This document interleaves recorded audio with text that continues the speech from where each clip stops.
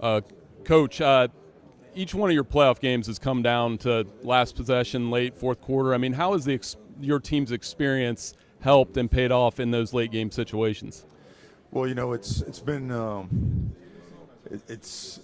great to watch the resilience of our team continue to get better and better throughout these games. Obviously, all the teams that are in the postseason certainly have earned their way there. They have some really dominant traits and are, for the most part, complete teams. So knowing that these, you just have to keep playing and understanding that mentality, the mindset that comes with that, at the end of the day, certainly proves to be the difference. And our guys are getting better at it. We have a lot of things. I had a lot of things to correct from last game. Feel we've had a great week of practice and still have 48 hours. So we're looking forward to this next opportunity. Coach, looking at Carson Beck and just what he's done, I mean, that decision to bring him in through the transfer portal, going back to that hindsight 2020, just what he's meant to this program and what his leadership has meant to getting to this moment. Sure, it's been a difference maker, mutual decision, right? Certainly he had to make one, and so did we. And what we've all witnessed is a guy who, when he has the right supporting cast and the right type of regimen, structure, scheme, play calling, everything that goes with it, and again, the right type of support surrounded by the right people, high achievers, the mentality of people that want to be great and do right by each other. That sky's the limit for him, and again, I think he's just getting started. I think that his best football is still ahead of him, and certainly looking forward to watching him play his best game on Monday night. Coach, wanted to follow up on Carson.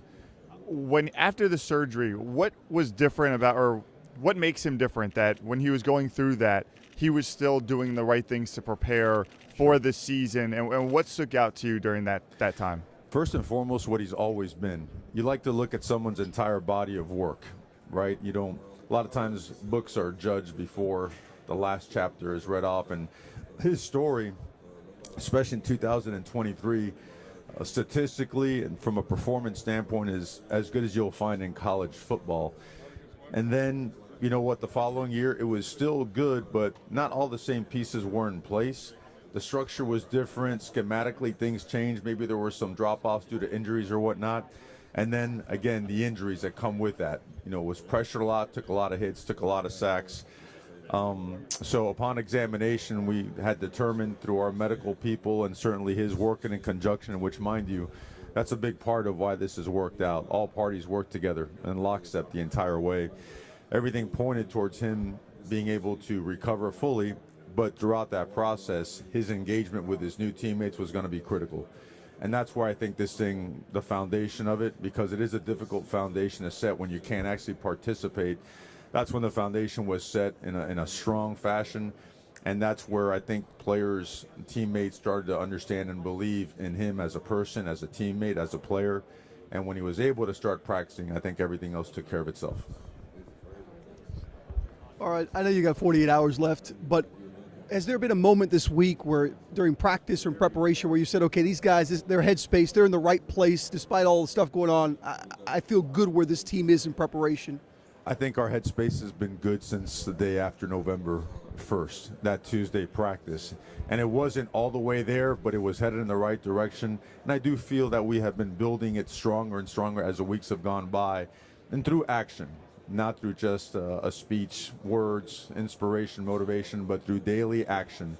These guys have taken the role as being men of action, and I feel like it gets stronger and stronger. And I think we fully understand that this thing isn't one with the outside stuff, right? It's one with the 11 versus 11 on the field, and execution is at a premium.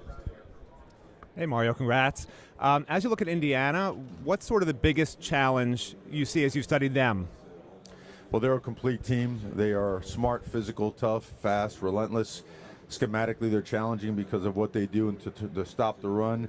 Their back end, their entire team has elite talent, right? Very experienced team. I think 27 players are in their last year of eligibility. Several others are in year 3 or 4 as well. So you're looking at a team that's extremely talented, coached really well, and plays really hard. We could get in for hours on what they do schematically, but certainly those are some of the key components of them being such a great team. Hi, Coach. Gabriel Hernandez, CCNN Live. As a Columbus alumnus, how did your experience at Christopher Columbus High School help shape your path as a football player, both as a coach and as a player? Columbus is just like the University of Miami is everything to me. It took a couple of young knuckleheads like my brother and myself, and really was regimented, structured. Our position coach, Fred Foyo, may he rest in peace, absolutely off the charts. Coach Linsky, who coached linebackers, but the overlap with us was awesome. Coach Zorzi, may he rest in peace. Coach Lavelle, our head football coach, is such a key component in our lives still to this day. They took over our guidance and leadership and mentorship, having parents that were always working and could never be around. So Columbus is and always has been the foundation of everything that we have. We're still not where we want to be yet, right? But certainly we owe everything so much to Columbus High School. And Mario, over here, what are some of the things that you guys have done well that you'll have to do well to beat this team on Monday? I mean, this thing's about execution. You know, we could get into a bunch of stuff. Obviously, strategically, we won't get into any specifics as it relates to that. But I don't think this game is about flash. You know, this is going to be substance, right? Blocking and tackling, throwing and catching and running and covering and all the things that go with playing high-level football at this time of year, deep into the season when everybody's banged up, right? Your best has to show in what the foundation of football is, and that's technique, fundamentals, scheme, and execution. Coach, you've had some close games in the CFP, specifically Ole Miss game. IU has had some blowout wins. If it gets to the last possession or two in the fourth quarter, how comfortable is your team in those moments? I think our team is one that operates without worrying about the clock or the scoreboard. I know that sounds generic and it's often spit out there, but it's just the way we operate.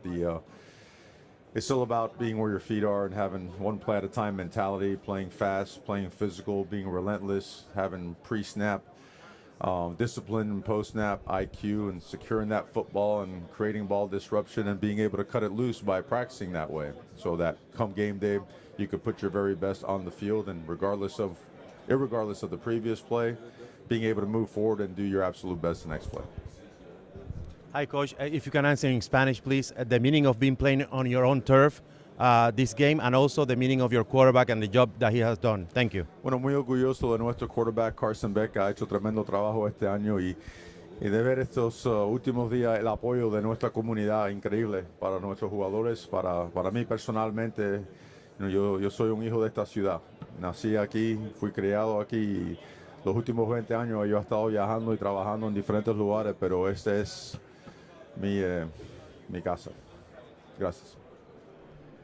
Coach, you touched on the Columbus connection. We're here from Indianapolis. We did a story with the Mendozas at your high school. Talk about the uniqueness of having Columbus on both sides and your relationship with the Mendozas. I think what's evident is the Columbus High School, you're taught a certain way. You are pushed and challenged a certain way. You're groomed and developed a certain way. And I think year in and year out, what you see come out of Columbus High School is very, not only elite talent, but you see elite human beings that are driven, hungry, humble, understand the importance of impacting others in a positive way.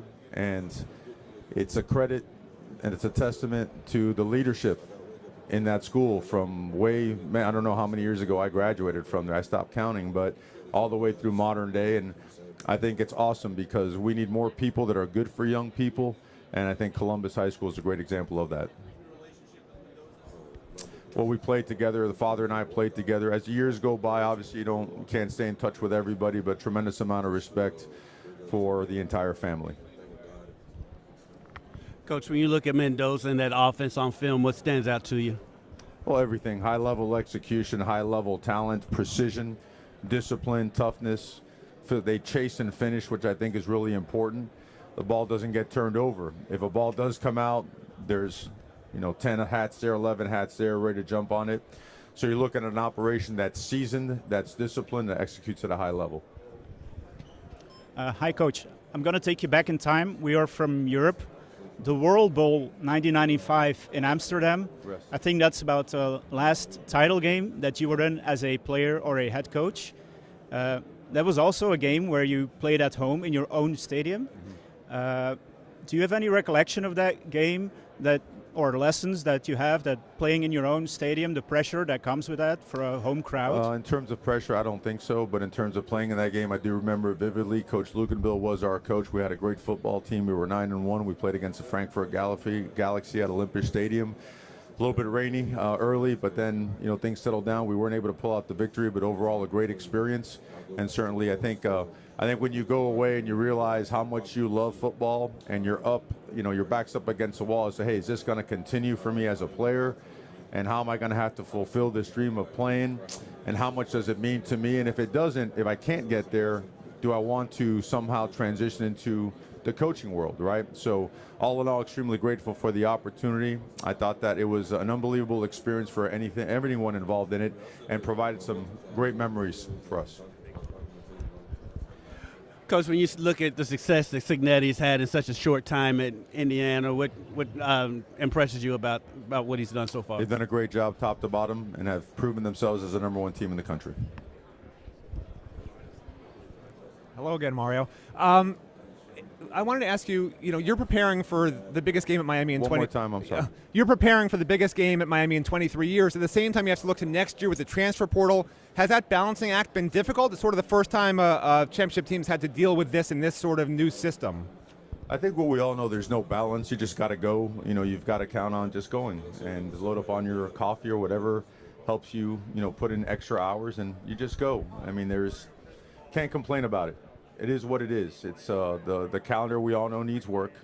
We need to find a remedy that works for everybody and makes sense for everybody, and allows for both student athletes to pursue their best opportunities while somehow, some way, maintaining the principles and values that come with college football, which I think we all know we've lost that a little bit. We have. And then obviously we're up against a different clock, being that we're still playing, and all the focus for us is on playing. And then all the extra time which you have to make, you have to cut into your own time to continue to build your team for the future. And we feel we've done the best that we can thus far, and we're going to keep going. Hey, Mario, Mark's one of a lot of kids from this area. Mark is one of a lot of kids from this area who are back. You obviously have that background. Could you put into words what that means for kids who grew up here? He was talking about all the Little League teams he played on and been back here and playing for it all. What that means to kids from this area? Well, a lot of these guys, like myself, you grew up watching the University of Miami, and you wanted to wear that U on the side of your helmet. You wanted to play in front of family and friends and the community, and the community has watched these guys play for a long, long time. I mean, youth football, high school football here is so big. The community is always engaged, always involved. They're always out there, so they know these guys. So naturally, their support and their fan base grows bigger and bigger. It's almost like fan bases within fan bases. So for them, I think it means everything like it does to all of us. But at the same time, they've been in our processes for so long that they understand that it's still a one game at a time mentality, and that every single rep, every single practice, every single meeting has to have a 1-0 mentality to it. Stay grounded, stay where your feet are, right? Don't allow yourself to start getting caught up in all the other stuff outside, so you don't skip any steps. Names of your first few youth teams here when you played in this area? Still remember the names? Do you? I never played youth football. I didn't. I was a baseball player. I got cut as a freshman in high school. I was walking the hallway, and the coach said, "You're kind of tall. Come out and play football." And that's how it ended up happening. And went out there, and I wanted to play quarterback, but I threw the ball sideways, and I wanted to play tight end. I didn't run fast enough. And so they just kept moving me closer and closer to the football, and I ended up a couple spots down from it at tackle.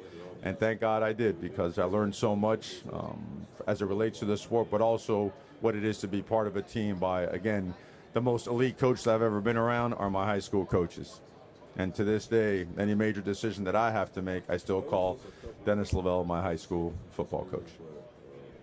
Yes, sir. Just following up on his question, Mario, how much of this week have you had to look just at the quarterback position for the future and put time into figuring out what you guys are going to do there?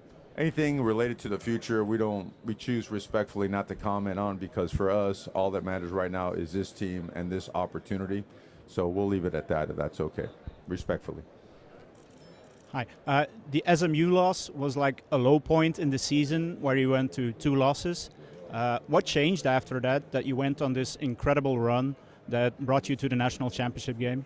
We were close in the 2 losses, and the things that needed to change, needed more fixing.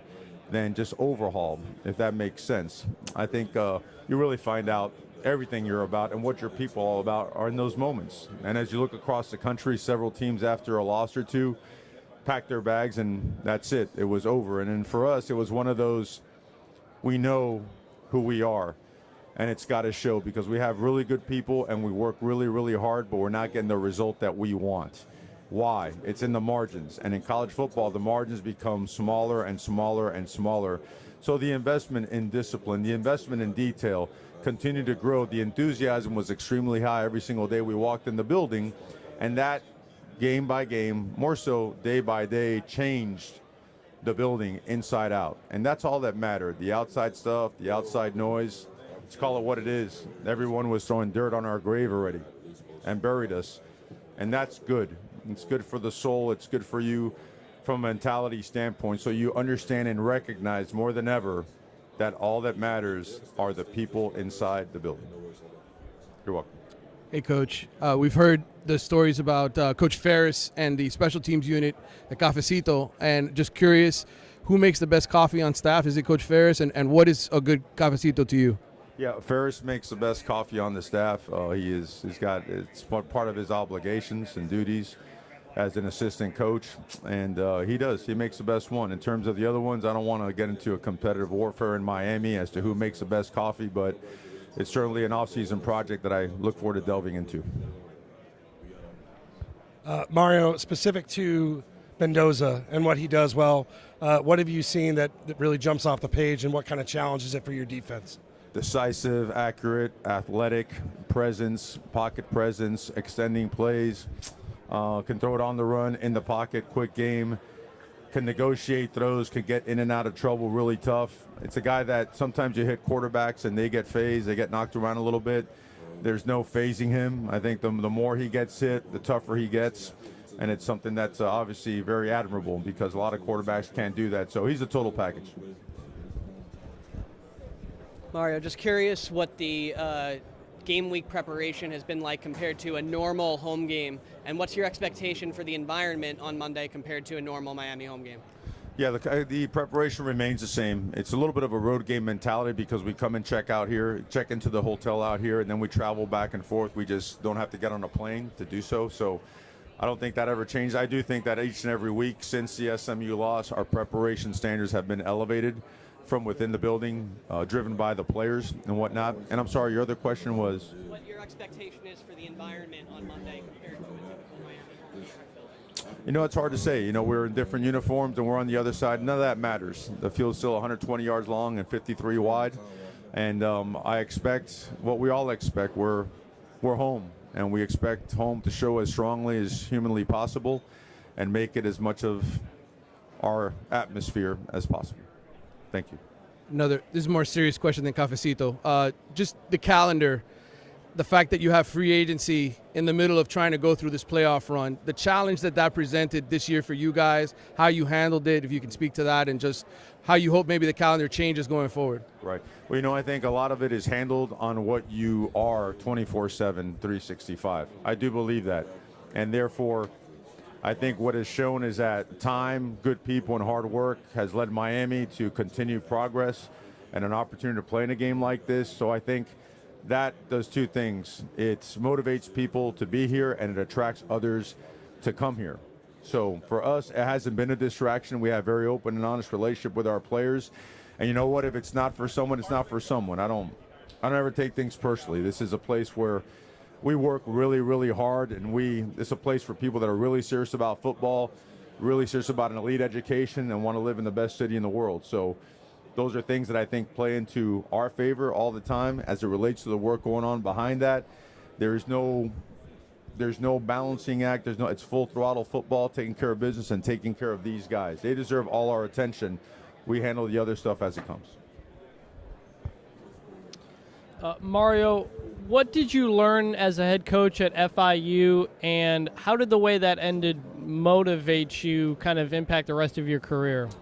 What you learn at a place like that is that you really have no assistants. You have to do everything. You have to be name it. You have to be the athletic director, you have to be the fundraiser, you have to be the director of anything regarding campus. You have no resources. You're going to have to find a way to overcome anything and everything and still do the best by your players. And really proud of, not myself, I'm really proud of the staff and all the players that were part of that, because we walked into a place that hadn't won a game in, I think, almost 2 years, and 4 years later won its first and only conference title. That's a testament to them, the Brad Serinis, the Toronto Smiths, the T.Y. Hiltons, the Jonathan Cyprians. There's so many great players. Torek Williams, I hate to leave any, Anthony Gator, who's coaching there right now. And then you learn the hard facts that, you know what, you have one season that wasn't up to par, and you think that, you know, and I could go on and on about it, but I choose not to, because I said it before, I think if God wants you to move and you're stubborn, and I am stubborn, and you're not moving, he'll kick you in the butt and make you move. And it was the absolute best thing that happened to me. So I'm grateful for the experience. The people, the core people there, they were awesome through thick and thin.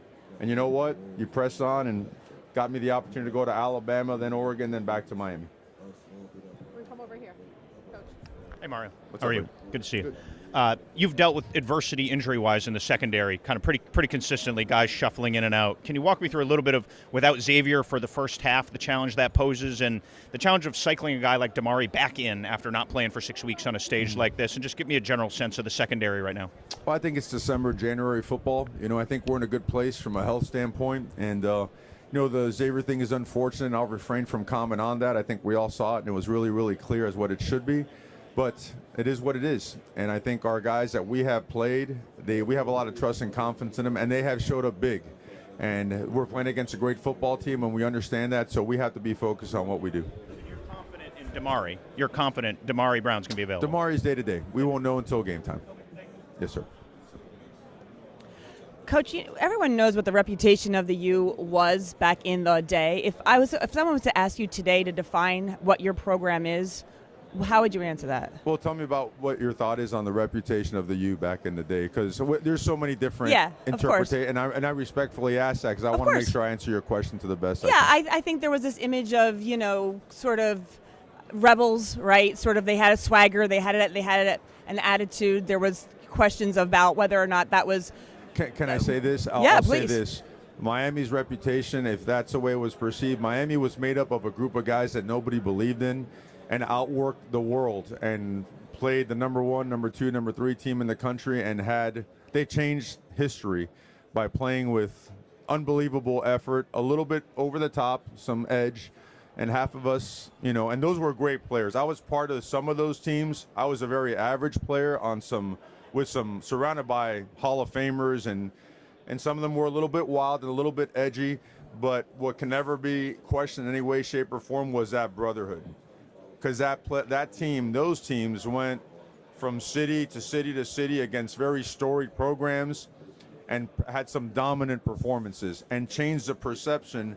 And so that the extra celebrating was all of a sudden viewed as, okay, so, and those guys were very much okay with that. We totally get that. So that's how I would view them. And I'll listen to the rest of the question so I can answer it. No, it's fair. I appreciate that. Thank you. And I guess, how would you define what your program is now, or what you would like it to be known as?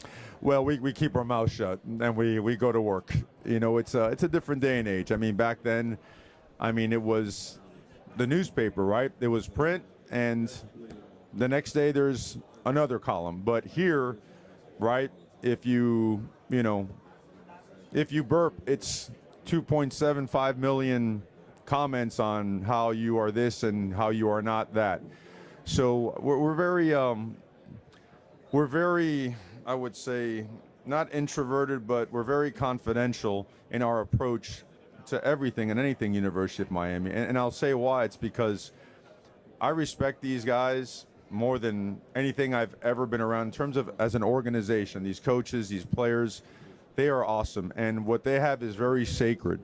It means the world to them, and to protect that and to keep the integrity of that, we've gone a route where it's different than some of the traditional Miami teams, and that's okay. This is 2025. We're not, no, 26, sorry. Shows you the type of schedules we have. We don't even know. but there was never any lean towards going back. You go back to take the principles and values and bring them forward, but to go forward, and that's, in my opinion, as a head coach, that's the best way to do it. Be hungry, be humble, be driven, have a positive impact on others, and make sure every ounce of focus, as difficult as this game is, a game of football, modern day, everything with the student athletes, pour it all into our student athletes and keep it that way. It's a little bit boring. I've said it repeatedly. I'm not an exciting interview, but it works for us, and I appreciate the question. I hope that answers it. Hey, how are you, Coach? So I would say that throughout the course of a game, you may be the most animated coach on the sideline. I mean, it seems like you get so fired up, like you could go out there and play, to be honest with you. So my question is, how much caffeine do you intake before a game? Because you get fired up, or is that just all natural? No, I don't. I mean, it's the regular coffee stuff. I don't. One thing I don't want to do is draw attention to myself. I'm the least important component in the whole thing. My job is to make sure that myself and all the assistant coaches do everything we possibly can to put the players in the best position to be successful, to make any and all adjustments and provide information that settles them down so they can play fast and relentless. But, man, I wish I had a better answer for you, man. Am I doing anything wrong? Am I offending anybody or no? Okay. I just don't get to watch all that stuff, but no, there's no. The only caffeine I have is what I've been having since I was 4 years old, where my mom would pour that in the café con leche, and I was a hyper kid at school, if that's a question. I mean, I had issues behaviorally, but it was they blame my mom for that, and not me. Hi, Coach. You guys are heading to the championship with 2 losses under your belt. What changed in the locker room that let you know that this team was a championship-bound team? Well, I think we were always on a course of steady progress. And you look at the games, if you look at it statistically, right, turn the ball over is the difference in a one possession and a one play game, right? And that tilts it one way or the other, a W or an L. But I also think that you've got to get the best out of people, right? Because this is now game 16. It's a long season. And somewhere along the line, whether it be through adversity, whether it be a moment of whatever it may be, you have to get the absolute best out of yourself and everyone. Just so happens in this case, the wake-up call was, it's like, hey, we are doing a lot of the right things. We're working really hard. We've got awesome people, but we're getting in our own way. Okay, so if these margins are so small and so tight, we know that, yeah, some mistakes, some errors come with football, but we certainly can't create our own issues. Or as to the best of our abilities, we have to avoid those, right? And I think it's a conscious decision to just take another step, to elevate culture, to elevate standards, to elevate energy and enthusiasm. But it all starts with energy, and it all ends with discipline, right? And so I think all those things combined through the choice of these players and the coaching staff, all the credit to them and all the credit to the big guy upstairs, always first and foremost, that we've been able to progress week by week and get better all the way down the stretch and into December and January. Mario, I guess as you look at, I know you're getting ready for a game now, but as you look at just college football and the way that it's structured right now, obviously kids signing contracts, things like that, I guess what, if anything, do you think there needs to be any kind of standardization around the way that some of this operates? Do you feel like these contracts are enforceable right now? I guess what do you see from the ecosystem as a head coach and what can be done? It's a long meeting, a long conversation, brother. There's a lot. I feel like every year we kind of patchwork this side, and then next year we have to have another 3 adjustments. So it's for a long. There's a lot that needs to change. I think everyone's working hard at it. There's the dynamics, right? The things that come with this are incredibly just complicated. So we'll, I don't know, let's block off 12, 14 hours and we'll jump right into it, I apologize, I don't have a set answer, but certainly there needs to be a lot of work done.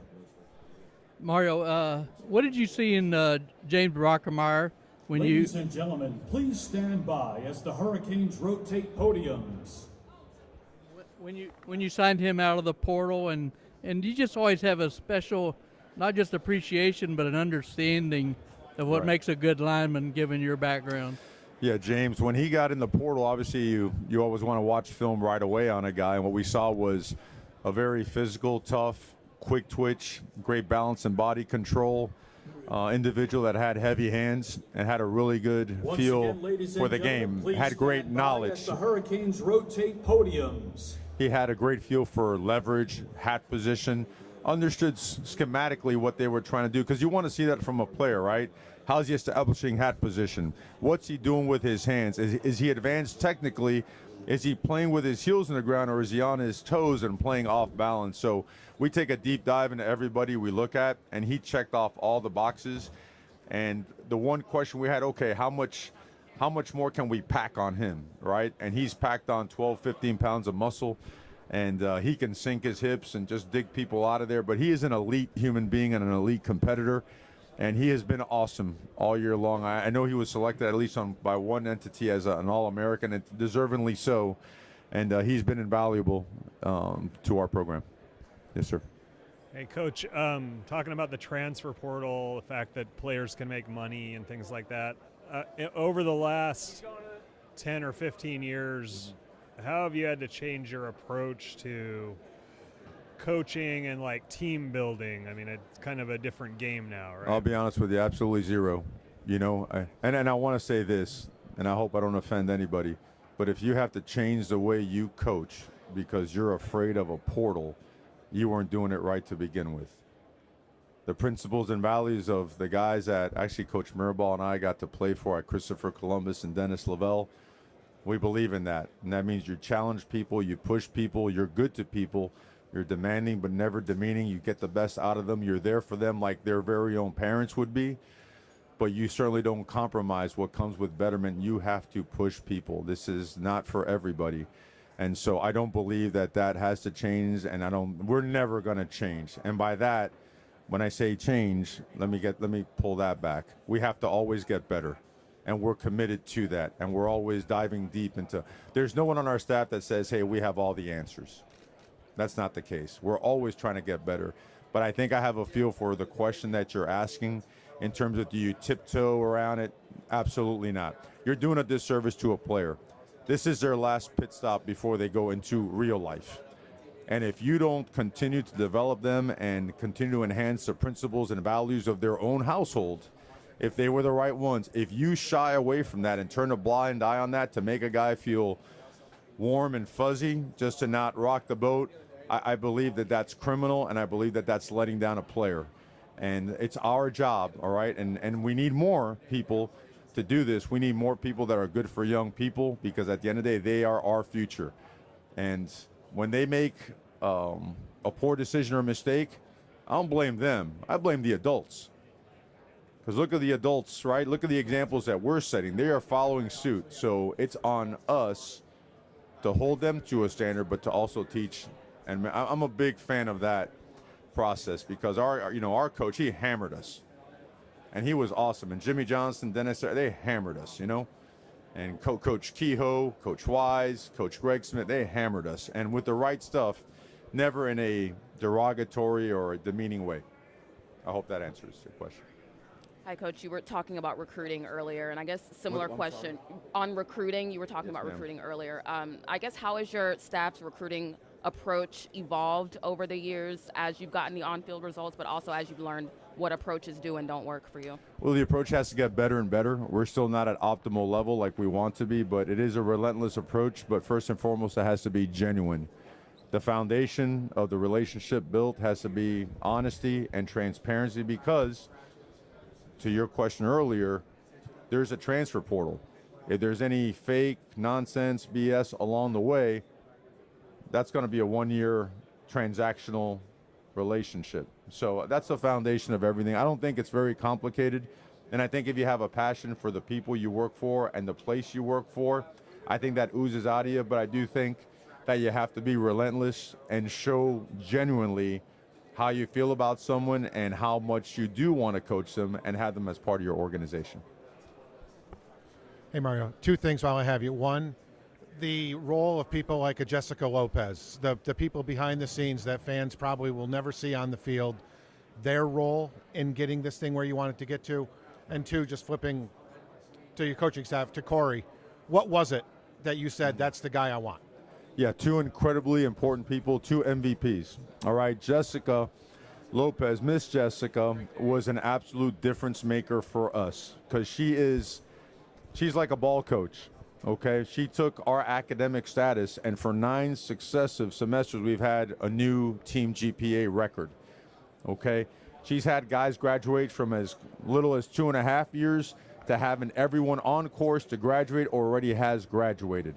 The culture she establishes, the relationship, and the demands that come with her and her leadership style have been absolutely incredible for our program, and we're blessed and thankful for her on every single day. I thank God that she's with our program. Coach Heatherman, everything that comes with great Miami coaches, detailed, intense, elite teaching progression, on-field presence, in-room teaching progression and presence, being able to connect, communicate with players, establish relationships, and then game day adjustments. He has great answers. He knows the system inside and out. He knows the strengths. He knows what areas are going to be attacked, and to be able to communicate that and get that done with the football players, absolute difference maker for us. Thank you. Hey, Coach. Lane Higgins from the Wall Street Journal. I wanted to ask about Carson, mainly because he had a very rough transition to Miami. Just a lot going on off the field. And, with car stolen, breakup, moving, that would be hard for anyone to go through, let alone someone that was in the spotlight like he was. So what have you seen from how he's kind of handled that and kind of settled in and grown in the last 9 months? Yes, ma'am. Maturity is what you've seen, and professionalism. I mean, at the end of the day, he made a personal and professional choice. And when he did, yes, there's a lot that surrounds him, but I think he treats his mind and his mentality like a really nice, expensive car. He's not going to take it to crappy places. He's not going to put it around, questionable people. He's going to keep it in a safe place. And that safe place is us. We're his biggest fans. We're his biggest supporters. We're his best family, okay? And Carson, his experience, both good and bad, has allowed him to come in and establish himself very quickly as a leader, and one that has helped groom leadership within the team itself. And it starts with the fact that he's an unselfish person. Tons of gratitude to him. He wants to win, and he wants to see people around him do really, really well. He has absolutely zero interest in personal accolades and all that attention. He wants to do right by people. Throughout the playoffs, you've made an emphasis on giving glory to God for your wins. Always. Tell me why that's so important to you I personally. was born and raised Catholic, man. It's what I was. And they had me over at St. Teresa, Sister Michael Joseph chasing me around, making sure I did the right thing all the time. Over to Columbus High School, my parents, they were very adamant about us being raised a certain way. And I don't push it upon anybody, and that's, everybody's choice, but Catholic raised to the bone, man. All glory to God, always first and foremost. That's what I believe in, and we'll continue always believing and very proud to do so. Thank you. Coach, they talk about having vertical alignment at institutions between the president, the athletic director, the head coach, everyone. And it seems like where the University of Miami is now is as great as it's always been from that aspect. Talk about how important that is and how great the University of Miami is doing in that aspect. Yeah, that's everything. I would recommend that anybody looking for a head coaching job never take it unless those things are in place. I have gone through something like that. And in a sense, it's good. The best training ground I ever had was to have, be part of a process where things weren't aligned. And you learn a lot, and sometimes there's casualties that come with that, from an employment standpoint. But you learn a ton. And coming to Miami, that had to be in place, because I believe that Miami in the 80s was so good, I think people fell asleep at the wheel. It's like, we don't need new facilities. We don't need a budget. We don't need to increase staff. We're just going to win. And, you blink an eye and 20 years go by, and it's like, where's Miami, right? And so what you have elite leadership with Joe Echeverria, right? And you have Rudy Fernandez, elite leadership, right? And you have guys like Manny Cadre, elite leadership. These guys are strong-minded, hungry, driven people that understand the importance of everything and how it's supposed to work. You know, you have community leaders like Jose Mas, right? I mean, the involvement of awesome people with the level of passion that they have, the way they work, the impact they've already had on the community, and what they're willing to do for the University of Miami. That's what we want to be aligned with. That's what I want to be aligned with. So every day I'm extremely grateful for the fact that we're in lockstep and looking forward to continue to progress. Hi, Mario. 3 quick, unusual questions. Are you happy that you changed this, the routine from the team staying in Coral Gables to staying at the Fontainebleau? Was that more of a distraction, or are you happy to get them away from the campus? No, you know, we've been in this process for 3 weeks, so I think we're in routine right now. I think for them, it's what they expected. The Fontainebleau is awesome, and where we're at in the Fontainebleau, we're in isolation. And I mean, if you go over there, it looks like Fort Knox. I mean, we're, you know, people stationed everywhere. But I want to say this, like, I trust this group of guys because you have the right people or you don't, right? We have the right people. They know that it's important for us to be locked in, and we came to the right spot to get locked in on what's important. That's our 1-0 opportunity. And one last question. When's the next time you and the Mendoza family are going to have lunch or dinner together? Right. Well, we haven't had lunch or dinner in a long, long, long time. So, you know, to your question, again, I have all the respect in the world for the Mendoza family. We've known each other for a long time. Hi, Coach Cristobal. Can you explain the structural differences and the differences in the environment when it comes to when you played at the University of Miami and now? There's no comparison. There's none. I think our facilities were a mom and pop shop, but I think our caliber of athlete it's a very storied program. It's probably the best maybe in the history of college football. Not myself. I'm talking about the other players. Right, and it was strange. It didn't quite match up, right? And that's what I learned when I went away. I went away knowing, okay, Miami was so far ahead back then. Everybody else invested heavily in facilities and staffing and in other things, you know. And I think that's where the separation occurred. And you know, watching that from afar for all these years was very troubling and upsetting. And I thank God for the opportunity to be able to come on back and be part of the organization now as we continue to move forward and get better. Throughout your tenure, we've seen the community, whether that's on campus or in South Florida as a whole, kind of rally around the Hurricanes again. To see the U back at the forefront of culture in South Florida, tell me what that means, the feeling of it, and what it means for the program as a whole. Well, I mean, it's always been the galvanizing agent for the South Florida community, always has. And I remember seeing it as a kid before I got here, and I remember seeing it as a player. And it's awesome because these guys, not only are they great players, they're future community leaders. You know, they're going to be in the medical field, in the business field. They're going to be in the sports field, right? They're going to be in different facets to continue to push this community and elevate it. So to be able to have our players experience that type of support, it's awesome. And again, it always means that much more. Coach, thanks for the time. Appreciate it. You've mentioned 1-0. That's been a big mantra for you. Just talking about 3 weeks, you kind of find yourself in a routine. This feels different. Like this is the closest thing I've felt toward a Super Bowl. The ticket prices, the energy, the excitement with 2 new teams here in the last 20 years. What from your experience as a player and a coach, been able to get the message to your team about how to keep this kind of normal as possible, even with all the ticket requests and the magnitude of this game? You know, we've been so regimented and structured for a long time, and we've had the benefit of, we've been on the road for 5 weeks before coming back home for this one. And technically, we're the away team.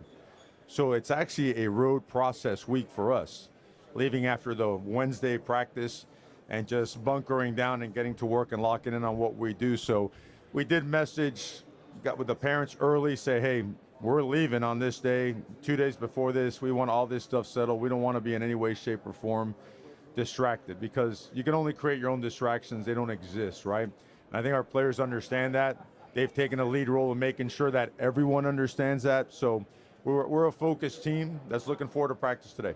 When I've been a part of teams where everybody wants to go undefeated, but Right. losses are really how you deal with them and how you respond to them. What'd you learn about your team? How did your team grow from the regular season when you went through a couple rough patches against Louisville and SMU?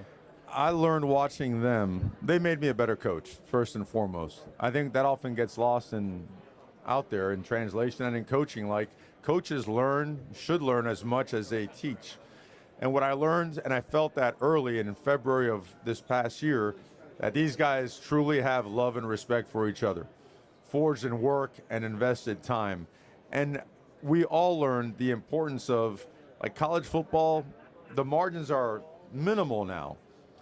And if you choose to give it away with a lack of detail, a lack of execution, then on any Saturday, Friday, Thursday, whatever you're playing, your butt could get beat. We learned that the hard way twice. Turn the ball over, right? Unforced penalties, pre-snap, discipline, post-snap, football IQ, ball security, ball disruption, and all of a sudden we weren't cutting it loose like we're used to. And we learned that. Let me say this. We realized that what we put on the field the first 5 weeks was not showing up consistently enough in those 2 losses. And so the energy and enthusiasm was elevated, and it was brought to work on a daily basis. And we spoke it into existence, but we worked it into reality, and it gave us the best opportunity to be here today. It feels like it was 10 years ago, but it wasn't that long ago where you guys almost didn't get in, right? You guys almost didn't have this opportunity to show yourselves as one of the best teams in college football. What does that say about the system that's in place? I mean, it's to me, it screams what kind of something we talked about 7-8 weeks ago, that this needs to be settled on the field. As much as we can get it to the field, we have to do so. Because on November 1st, and I showed our team that graphic, it said Miami's chances at a playoff berth, 5%. But I want to go back 2 years. Miami at Georgia Tech in 24, Miami's chances were at 96%. And Clemson's were at 6%. So what does it mean? You're never all the way in, and you're never all the way out. You just got to keep playing. Appreciate the time, Coach. Thank you so Thank much. you.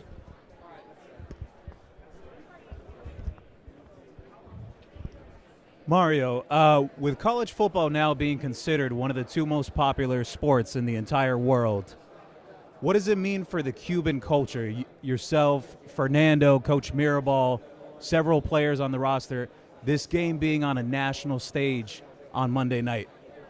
I mean, I'm super proud to be Cuban American. I was born here in Miami. My parents are Cuban, pero yo me crié hablando español. We never spoke English in the house, and 2 parents that, man, I don't even know where to start in terms of their level of work, effort, and commitment. So, like, that's our base, that's our foundation, that's everything. So, very proud to be that. Now, I think when it comes to the game, I don't incorporate any of that stuff. I've never used my heritage to try to get a job or posture myself, because I know what I believe in. I believe in people, and I believe we come in all kinds of different shapes, sizes, skin colors, ethnicities, languages, and that's the way it should be. And that's why I love the experience our players have at Miami, because the diversity that they get to experience. They could be from Birmingham, Alabama, and go to Pleasant Grove High School and be a very decent player back in the day.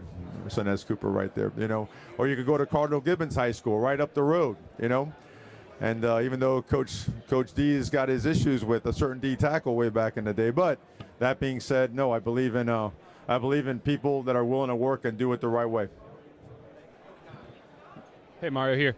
You've got the Orgeron twins on your staff as analysts. We do, yes, sir. How did that kind of come about, and where do you think they're at in their sort of learning process as young coaches? Those guys are going to be excellent high-level coaches and head coaches one day. Coach Orgeron, to me, was very special. He was a D-line coach. When I was a player at Miami, he used to always just annihilate us. I was on the scout team as an offensive lineman, and he was hard on us. He was tough on us, learned a lot from him. And his sons have that DNA as well. They're high-level workers. They're high IQ guys. Those guys are going to be great coaches. They do a great job for us. Coach, I wanted to ask, obviously you have Cuban heritage, you have a punter who's Australian, you have Akeem who's from Canada, you have all these international players, you have games being played internationally from other teams as well. What do you think about the growth of the game, not just American football, but college football internationally? What's the question? I'm sorry. The growth of college football internationally. Well, I mean, for us, we're biased, but we think it's the greatest sport on earth, and the fact that different guys. Again, we come in all kinds of different shapes, sizes, skin colors, and ethnicities. And, anytime someone gets a chance to participate and earn themselves a scholarship and an opportunity to play football, I think it's awesome. So, and it's great for their people back home to witness that and certainly support them in their journey. Coach Cristobal, what has most impressed you about Carson Beck this postseason and his ability to lead, and what do you think makes him a great leader? Consistency and resiliency. He's the same guy every single day. He's unaffected by anything outside. There's absolutely nothing selfish about him. He wants to do right by his teammates. He has absolutely zero interest in any personal accolades or whatnot. He just wants to win. And I think a guy that's been through what he's been through, both physically and some of the other outside stuff, I think he's a great example for all of us, young and old, on how you're supposed to handle yourself and your business throughout adversity. Hey, Coach, talk to me about, throughout the season, your relationships, how they've changed with the players, and what are the intentional messages that you bring to the culture that you set in the locker room and on the field? Could you be a little bit more specific? I want to know about the relationships between yourself and the players and how intentional you are with creating those relationships and what they look like. Well, for us, it's always genuine and real. That never changes. We're the same person every single day, and I think that's important so players know what they're getting. Our players know that every single day we're going to outwork everybody in the country to provide them with the best opportunity to be the best they can be individually, collectively, as a team, and then as a program. So that doesn't change. And then we also have, we dive into their personal business as well, into their personal lives, making sure they understand, look, they might be big and strong and roped up 290-pound monsters, but they're still 17, 18, 19, 20-year-old young men that are still growing and developing into fully grown men. And it's our job, it's our obligation to make sure that we mentor them to the best of our ability and create the right principles and values so they can take forward with them. You're welcome. Hi, Coach. Good morning. So you mentioned earlier you're a Miami native. You went to Christopher Columbus High School, so you have a very personal connection, not just to Miami, but also to Indiana. What do you think it means to you and to the community of Miami to have this game here? To have this Pardon me? Community. Well, I think when this game was announced that it was going to be in here in Miami in 2026, I think everybody perked up and said, okay, that's year 4 of the journey. And, historically we've had some really good success in our 3rd and 4th years at our respective programs that we've been a part of. And so for this city, again, I've watched it from afar for 25 years. It's yearning to be in this particular and have this particular opportunity, and not just to get here, but to be successful in this opportunity. It's been a cry that's been loud and strong across the country in the hearts and minds of all Miami Hurricane faithful, the entire city, South Florida, and the state of Florida for that matter. So it's for us, it's process, it's practice, it's preparation. For the outside, it's awesome to see how much this galvanizes, how much it creates the enthusiasm for this community to come together, galvanize, and support the Miami Hurricanes and really support each other. Mario, I know you were young at the time, but the Orange Bowl, 84 Orange Bowl, the 83 season that kind of launched Miami's run. Do you remember that game when they beat Nebraska? I do. Yeah. I do. Recollections of that? And I was watching my grandfather's. He had a black and white TV. Antenna was all screwy, so it was coming in and out. But I remember every bit of it. And all the way down to Calhoun. Kenny Calhoun. Deflecting that 2-point conversion. So, yeah, it started it, right? And people don't realize the extent that Howard Schnellenberger went to change the image of the University of Miami, both in attracting great players and then to the outside world. So he is he's like the godfather of it and was able to pass it down to some unbelievable coaches. But I remember it vividly, and certainly, and for us, the focus is, of course, 2026. Coach, given your run and being the last team in, is there any way, any part of you that could call this a Cinderella-like run?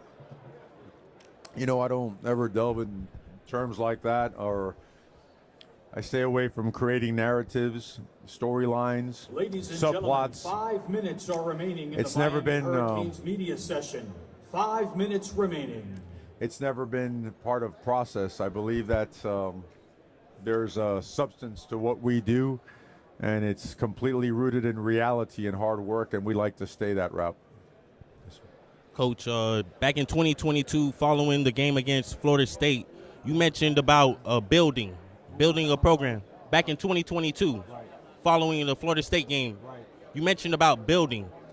Fast forward now, what's your message to the team heading into the championship game at Hard Rock Stadium? Sure. Well, our messaging is very private and very intense and whatnot, but someone actually sent me a 2022 press conference after that game, and it's, look, on that flight coming from Oregon and looking at the iPad and what was here and what had to be done, it's a simple decision. You have to get to work, and there's a lot of work to be done, and those first couple years, you're going to get your teeth kicked in. And I think that people have shied away from coming to Miami and creating change because maybe they were afraid of the steps that come with that. Maybe they, I don't know, just didn't want to deal with what comes, those painful steps that you cannot skip to get Miami on track to what it needs to be. And to me, I've had awesome parents, and I credit them for everything, as well as my coaches. And they always taught myself and my brother to run into the fight. This was a fight that had to be had.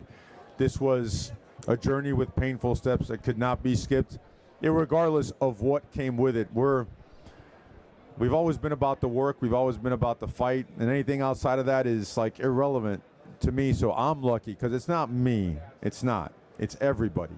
It's the entire organization making a conscious decision on a daily basis and getting people out of the way that couldn't sustain or withstand what it took to allow us to progress and go forward and continue progressing to the opportunity we have now and the progress we have to make to continue going forward. So this journey is just beginning, and certainly, again, you've got to be a tough you-know-what to make sure you dive into this fight. Thank you.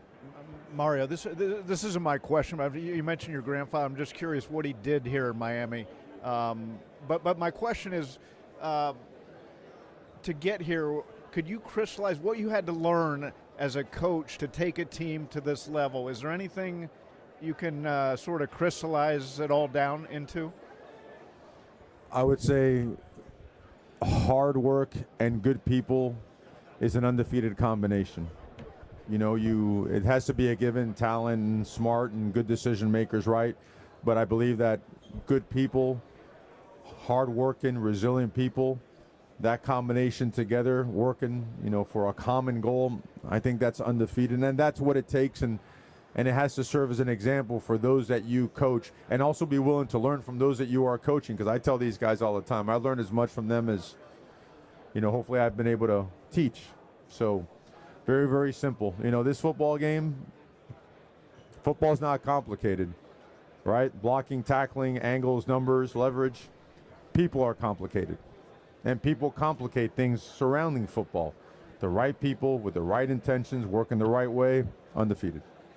Your grandfather, what did he do? What's that? Your grandfather, what did he do? My grandfather, man, every day at home was a reckoning. I mean, it's different every single day because my parents were working those two jobs and, learn the language and doing whatever they could to make it work. And I never remember being like short of anything. Like they found a way to make it work. And whether it be judo, baseball, football, it was just a reckoning. It had to be done at the highest level, academically, athletically, duties and obligations at home, respect for the family, respect for outside people. That's what it was. I know it sounds like the Army, and maybe it was, but I'm grateful for it. I like it, and I know it's boring, and I know it's not exciting, but I'm grateful for it. How would you compare Malachi as a freshman? Have you ever had a receiver that advanced at his age, and what makes him so unique? I mean, as a head coach, we've been very fortunate. We had T.Y. Hilton way back in the day at FIU, and he was incredible. Malachi continues to raise the bar week after week. He's different. He's different. He was raised the right way. Awesome parents, awesome upbringing, means a ton to the community, and the community means a ton to him. So, sky's the limit. Ladies and gentlemen, that concludes I wouldn't the compare. Miami Hurricanes I don't know. media session. In approximately 30 minutes, the Indiana Hoosiers media session will begin. I think when you start comparing athletes, I think you almost. I would never Once disrespect again, that one of them. concludes the Miami Hurricanes media session. We'll see. That story Indiana Hoosiers media session will begin not in yet completed. approximately 30 minutes. Okay. Coach, you played with my uncle, Darren Handy. I've asked him, what were you listening to in the locker room back then? And I want to ask you, what are you listening to in the locker room now and back then? Oh, I can't say that publicly. You know that. Darren knows that. Darren was an elite teammate, an elite human being. He's gone on to do so many great things in the police force and the community. Man, he was fun to be around. Brought so much energy, physical, tough. You know, biggest bench press ever. He's got a chest from me to you. You know, he's. But Darren is, and I still see him every now and then at the reunions. Love and appreciate Darren Handy, number 66.